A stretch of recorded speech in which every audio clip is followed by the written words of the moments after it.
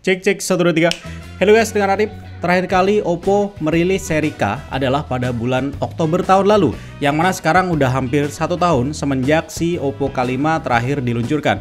Dan di bulan ini tanpa banyak isu dan juga bocoran yang beredar, tiba-tiba Oppo merilis Oppo K7 yang sekarang berbeda dari seri-seri sebelumnya yang masih menggunakan konektivitas 4G. Kali ini Oppo K7 sudah mendukung konektivitas 5G dan bandrol harganya cuma di kisaran 4 jutaan aja. Penasaran gimana speknya?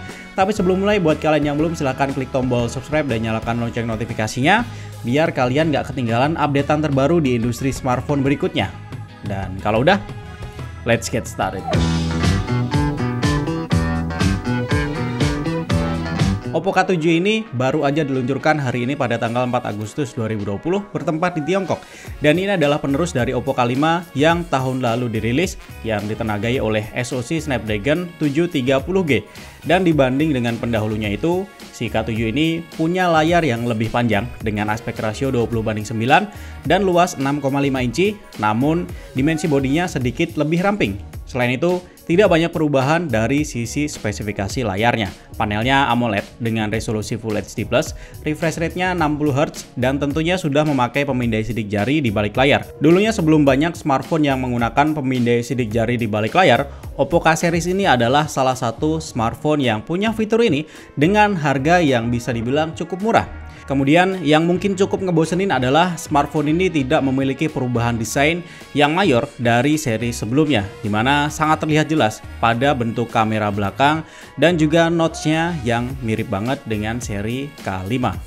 Kemudian kita masuk ke bagian dapur pacunya. Peningkatan yang dibawa cukup signifikan, dimana kali ini SoC yang dibawa adalah Snapdragon 765G yang sudah mendukung konektivitas 5G. Chipset ini punya konfigurasi CPU 1+1+6 dengan maksimal clock speed di 2,3 GHz. SoC ini dipadukan dengan RAM bertipe LPDDR4X dan storage UFS 2.1. Konfigurasinya adalah 8128 dan 8256. Oppo K7 ini juga masih memiliki memory card slot untuk kebutuhan ekspansi kapasitas memori seperti generasi sebelumnya. Kapasitas baterai sendiri adalah 4025 mAh yang mana bisa dibilang sama dengan Oppo K5. Dan dukungan pengisiannya juga sama persis, yaitu VOOC 4.0 30W. Smartphone ini akan menjalankan ColorOS 7 dengan basis Android 10. Dan di bagian kamera, Oppo K7 ini masih menggunakan setup kamera utama yang sama, yaitu 4 buah kamera dengan susunan vertikal. Namun kali ini resolusi sensor utamanya lebih rendah daripada Oppo K5 lalu, dimana kali ini resolusinya adalah 48 megapiksel. Sensor ini ditandemkan dengan 3 sensor lain, yang masing-masing adalah 8 megapiksel super wide, 2 megapiksel makro kamera, dan 2 megapiksel depth sensor. Sedang di depan, sensor kamera yang digunakan masih sama, yaitu 32 megapiksel. Oke, secara garis besar bisa gue simpulkan kalau kali ini Oppo terlihat kurang serius dalam merilis smartphone-nya. Terlihat tidak ada perubahan desain yang mayor, fitur-fitur barunya juga minim, dan juga upgrade speknya yang minim. Palingan di bagian SoC-nya aja yang bisa terlihat dan juga dirasakan. Selebihnya tidak ada, atau bahkan mengalami penurunan seperti sektor resolusi kamera utamanya. Tapi untungnya, bukan cuma resolusi kameranya aja yang sedikit turun, tapi bandrol harganya juga mengalami penurunan. Dimana jika Oppo K5 varian 8128 lalu dibanderol dengan harga 2.099 yuan, kali ini Oppo K7 dengan varian yang sama dibanderol dengan harga 1.999 yuan atau sekitar 4,2 juta rupiah.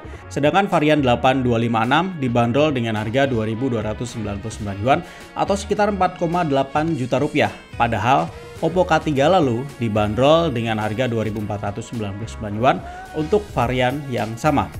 Well, dengan harga yang lebih rendah dan beberapa peningkatan serta penurunan, HP ini bisa jadi salah satu opsi yang murah jika menginginkan smartphone 5G di tahun ini.